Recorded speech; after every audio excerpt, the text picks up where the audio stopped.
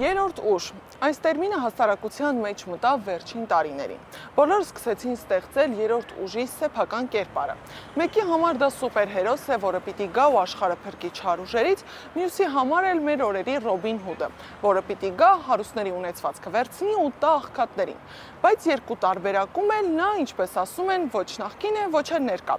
Ի վերջո, ով է կամ ինչ է այդ երրորդ ուժը, ու կա արդյոք։ Երրորդ ուժը արդեն իսկ գոյություն ունեցող քաղաքական համակարգի գաղափարախոսության ու մոդելի ալտերնատիվն է։ Ֆրանսիա, Գերմանիա, Չինաստան, Ռուսաստան ու Իրան։ Երրորդ ուժ տերմինի կիրառման միջազգային փորձը հիմնականում եղել են այս երկրներում, եւ ոչ միտեղ էլ այս մեթոդը հաջողության չի հասել։ Երրորդ ուժը միայն այս վերջին 10 տարվա ընթացքում է սկսել էական ազդեցություն ունենալ։ Ավելի շուտ այսպես ասեմ, Թոնի Բլերի կառավարությունից հետո, երբ լեյբորիստները հրաժեշտ տվեցին, Բրիտանիայում այդ ժամանակ էր, որ նոր երրորդ ուժ հասկացությունը խորհրդարան անցավ եւ խորհրդարանը հնարավորություն ունեցավ կառավարություն ձևավորելու։ Հայաստանում առաջին անգամ այս տերմինը քաղաքական դաշտ մտավ 2008 թվականին մարտի 1-ից հետո։ Ժողովուրդն ուզում էր կամ փորձում էր գտնել նոր ընդդիմադիր ուժ։ Իշխանությունը փորձում էր Ազգային կոնգրեսին փոխարինել ընդդիմադիր համար ցանկալի ուժով եւ շրջանառության մեջ մտցվեց այսպես կոչված երրորդ ուժ հենց այդ հասկացությունը։ Քաղաքագետի խոսքով հանրությունը հիասթափվում է նախկին ու ներկա իշխանություններից եւ փոփոխություն է ուզում։ Ավելի կոնկրետ ուզում են գանորը, փոխելով էլիտան, սակայն դա չէ երրորդ ուժը։ Դա երրորդ ուժ չէ, դա նոր աշխարհայացք է, նոր գաղափարախոսություն է, նոր կառավարման եղանակ է, իշխանություն, հասարակություն հարաբերման նոր ձևեր է։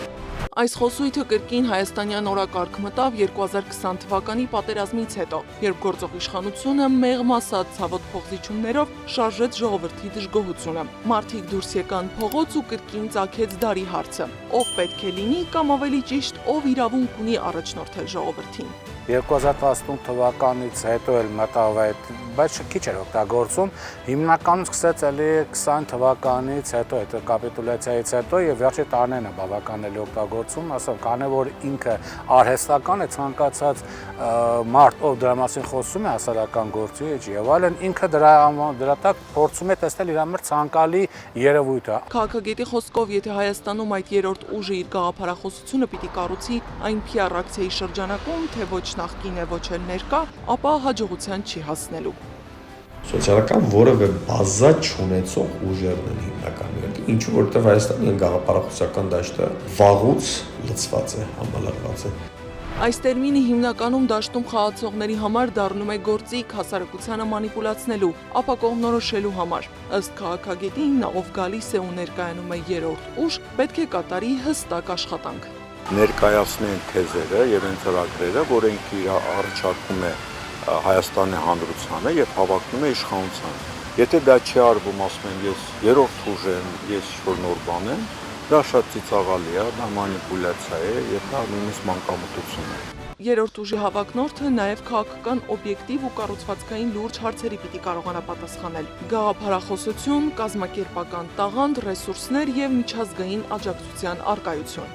Երրորդ ուժը պիտի ճանապարհ անցնի եւ նվազագույնը 2 անգամ ընտրական քվեատուփերի մոտ պիտի ապացուցի, որ ինքը կարողանում է վերընտրվել, որից հետո նոր հնարավորություն կլինի ասելու, որ սա երրորդ ուժն էր այս երկու հակամարտող ուժերի։